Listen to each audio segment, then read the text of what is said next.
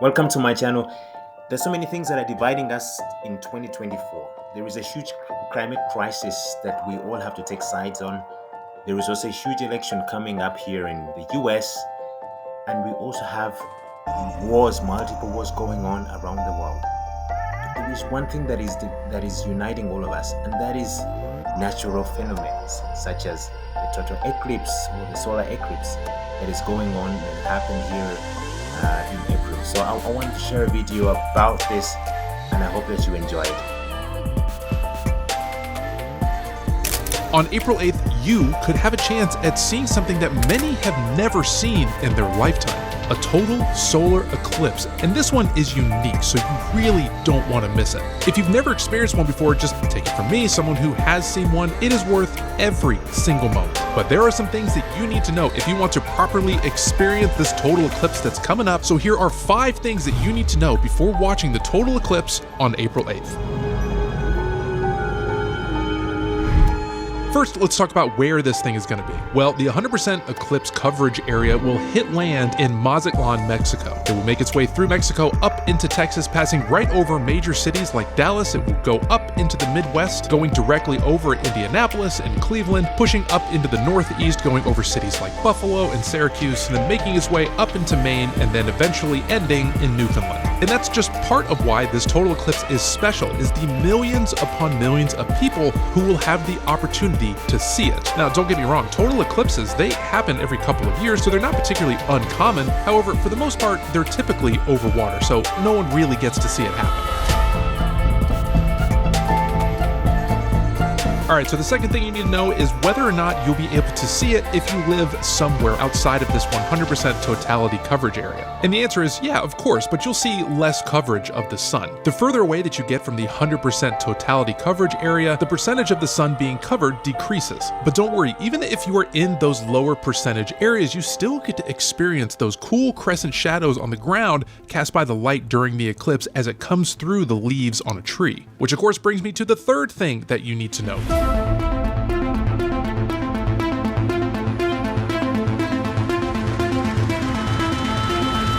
You need proper eclipse glasses. Sunglasses, I don't care how dark those things are, those will not come even close to properly protecting your eyes. To make sure that you don't damage your eyes, and honestly just to overall see the eclipse better, you need proper eclipse glasses that are CE and ISO certified. Highly recommend getting them sooner than later. They're normally pretty cheap, but they typically do sell out. Keep in mind that some local schools, libraries, and science centers will also have these available.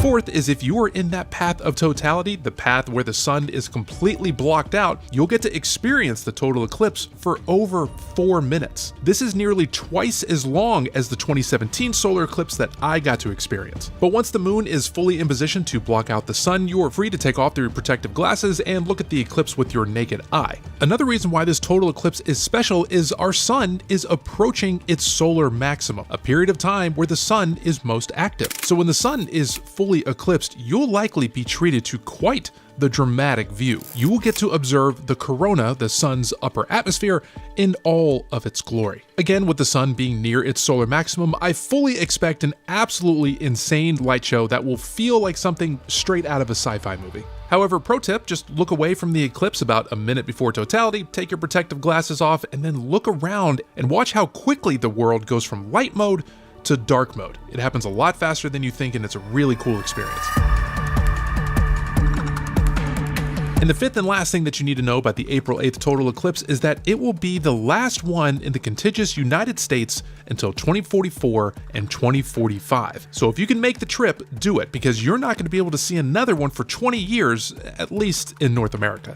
And I know I did say 5 things that you need to know about this total eclipse, but here's a bonus one for you that I think is equally as important as all of the others. I mentioned it earlier in the video, but the sheer amount of people who have the opportunity to see this incredible stellar event is staggering. At a time where we all feel a lot of tensions in the world, this gives so many a chance to come together and share a collective positive experience. A time where we can all just be humans, doing uniquely human things like coming together to watch a moon cast a huge shadow across the Earth. Obviously, from a scientific standpoint, I'm really looking forward to all the experimentation that we get to do to learn more about the sun. With every eclipse, we gain just a little bit more knowledge. But if you strip everything away, and if you're able to observe it from a top-down perspective, you would see millions of people all coming together to stare up at the sky, all wearing the same goofy-looking glasses, and all taking a moment out of their finite lives to just stop and stare at something impossibly larger than themselves. It's just a beautiful and wonderfully unique human thing to do.